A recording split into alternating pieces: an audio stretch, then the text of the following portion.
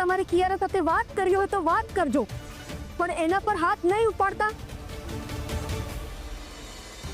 બોલ બોલ કે તે જ વાસણો બદલ્યા હતા ને? અરે સેના વાસણો? હજી પણ નાટક કરે છે તું? અરે હું કોઈ નાટક નથી કરી રહી. તું શું બોલે છે મને કઈ સમજાઈ નથી રહ્યું. તને ખબર છે ને કે ઠાકર સાહેબની દિવાળી પાર્ટીનો ઓર્ડર અમને લોકોને મળ્યો હતો, તો એ તારાથી સહન ના થયું એટલે તું ઠાકર સાહેબને મળી અને એમને મળીને તે એવું કહ્યું કે લાપસીની અંદરથી કોકરોચ નીકળ્યો હતો અને ન્યૂઝને અમે લોકોએ દબાવી દીધા હતા. અરે હું કોઈ મિસ્ટર ઠાકરને નથી ઓળખતી. તું કોની વાત કરે છે? જુઠ્ઠું બોલે છે, જુઠ્ઠું બોલે છે તું. મને ખબર છે કે આવું કરીને તું અમને મળેલો ઓર્ડર છીનવી લેવા માંગતી હતી, પણ તારાથી એવું થયું અને તારો ઈગો હર્ટ થયો એટલે તે અમારી વિરુદ્ધ કાવતરું કર્યું અને મોકો જોઈને મિસ્ટર ઠાકરને ત્યાં વેજના વાસણોની જગ્યાએ નોનવેજના વાસણો મોકલ્યા.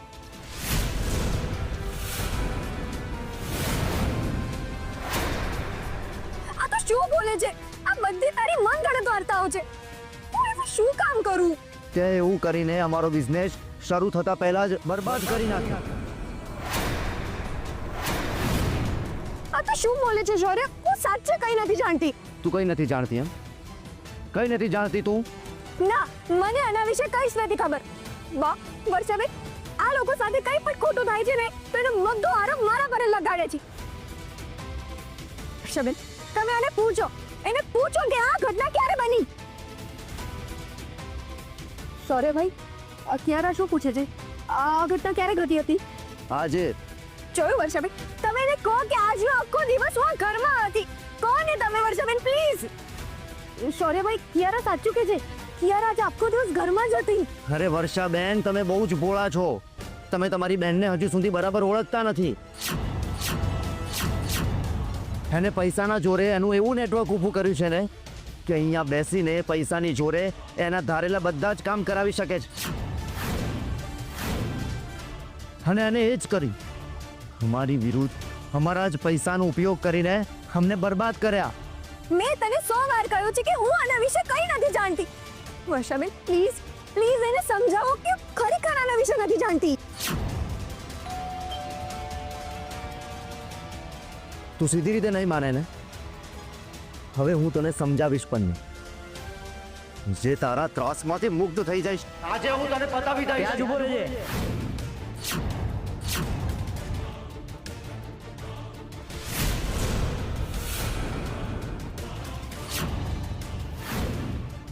નહીં તો મને ગોળી ચલાવતા વાર નહીં લાગે. ઇન્સ્પેક્ટર સાહેબ, આ ગુનેગાર છે. દેખાય છે કોણ ગુનેગાર છે. હવલદાર, ચપ્પુ લો આમના હાથમાંથી અને પહેરાવો હાથકડી.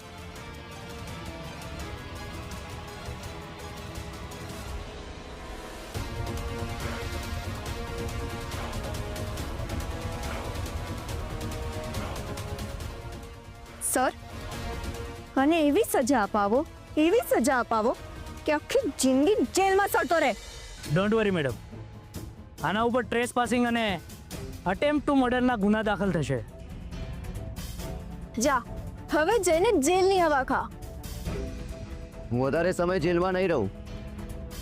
બહુ જલ્દી જેલની બહાર આવીશ, યાદ રાખજે.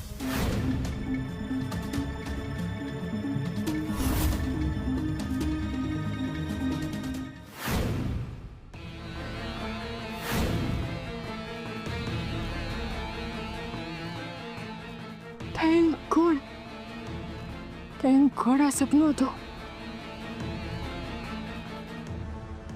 પણ શૌર્યનો કોઈ ભરોસો નહીં. એ આવું કરી પણ શકે છે. મારા કારણે મિસ્ટર ઠાકર એમને ધમકાવ્યા. એમનું વૃંદાવન ક્લાઉડ કિચનનું સપનું મારા લીધે રોડાઈ ગયું અને ઉપરથી શૌર્યનો એની મમ્મી સાથે ઝઘડો થઈ ગયો. શૌર્યને એની મમ્મીએ થપ્પડ પણ મારી અને એને ઘરની બહાર પણ કાઢી મૂક્યો. ઓ ગોડ, શૌર્ય ગુસ્સામાં મારી પાસે આવી શકે છે. સપનામાં કેટલું ડરાવે છે, મને કેટલી હેરાન કરે છે. પિયાએ કીધું હતું કે શૌર્ય ગુસ્સામાં ઘરમાંથી નીકળ્યો છે. જો શૌર્ય અહીંયા આવી ગયો અને મારું સપનું સાચું પડ્યું તો શું કરું? મારે મારે મારી સિક્યોરિટી ટાઈટ કરવી પડશે.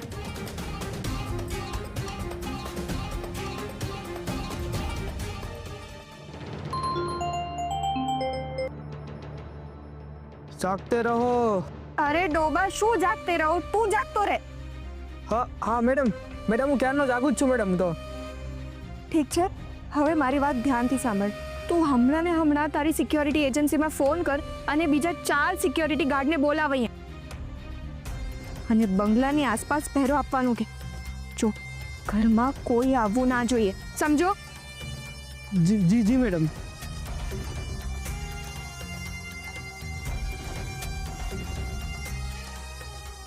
સિક્યોરિટીને કહી તો દીધું છે, પણ મને નથી લાગતું કે હવે મને ઊંઘ આવે. ના ના, લાઇટ બંધ નથી કરવી. શૌર્યનો કોઈ ભરોસો નહીં, ગમે ત્યાંથી આવી શકે છે.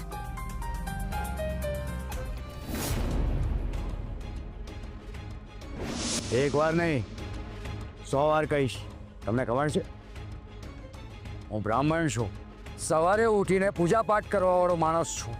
મારા ઘરમાં દરેક ધાર્મિક તહેવાર પૂર્ણ શાસ્ત્રોક્ત રીતે, પૂર્ણ વિધિથી અને પૂર્ણ શ્રદ્ધાથી ઉજવાય છે. અને સમય સમયાંતરે હોમ હવન થતા હોય છે. તમારામાં એટલી પણ સેન્સ નથી કે મારા જેવા શુદ્ધ બ્રાહ્મણના ઘરે તમે નોનવેજ સર્વ કર્યું. અને હવે પછી તમારું વૃંદાવન ક્લાઉડ કિચન કેવી રીતે ચલાવો છો ને એ પણ હું જોઉં છું. એ વખતે પેલી છોકરીના ન્યૂઝ લોકો સુધી તમે નહોતા પહોંચવા દીધા, પણ હવે આ ન્યૂઝ શહેરના ખૂણે ખૂણે સુધી પહોંચશે એની હું ખાતરી આપું છું. મિસ્ટ્રી.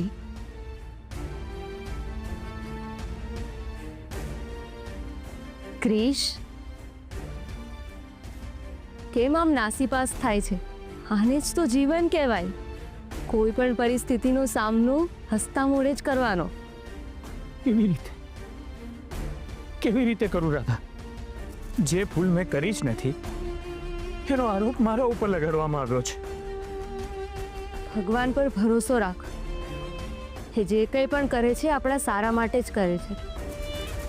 આમાં શું સારું છે? કોઈ પણ ઘટના ઘટતી હોય છે એની પાછળ ઈશ્વરનો જ હાથ હોય છે.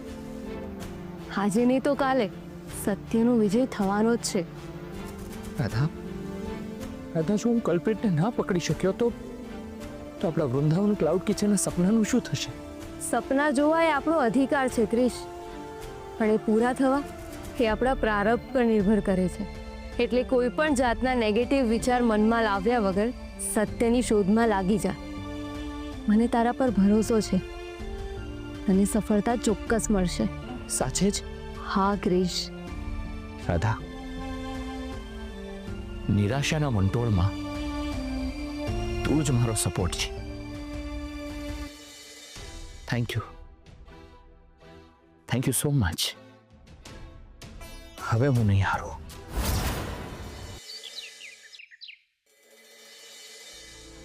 બોલ ને મમ્મી. અરે બોલ ને મમ્મી, બોલ ને. તને એવું લાગે છે ને કે હું જવાબદાર છું? હા બોલ ને, સાચું બોલી કાઢ ને. તારો ગુસ્સો જ બધે નડે છે શૌર્ય. મારો ગુસ્સો નહીં, પણ હું જ લોકોને નડું છું. મારી માની નજરમાં જો મારી આટલી જ કિંમત હોય તો હું અહીંયા રહીને શું કરું? શું કરું અહીંયા રહીને? હું શું કામ છે મારું આ ઘરમાં? મેં મારી જાતને બદલી નાખી, સુધરી ગયો હું, છતાંય મારી મમ્મી મને માનતી સ્વીકારતી નથી, મને સારો નથી માનતી. તો હું શું કરું અહીંયા રહીને? મારી મમ્મીની નજરમાં હજુ પણ હું એ જ છું. અરે આના કરતાં તો મારા દુશ્મનો સારા. હું જેવો છું એવું મને સ્વીકારે તો છે.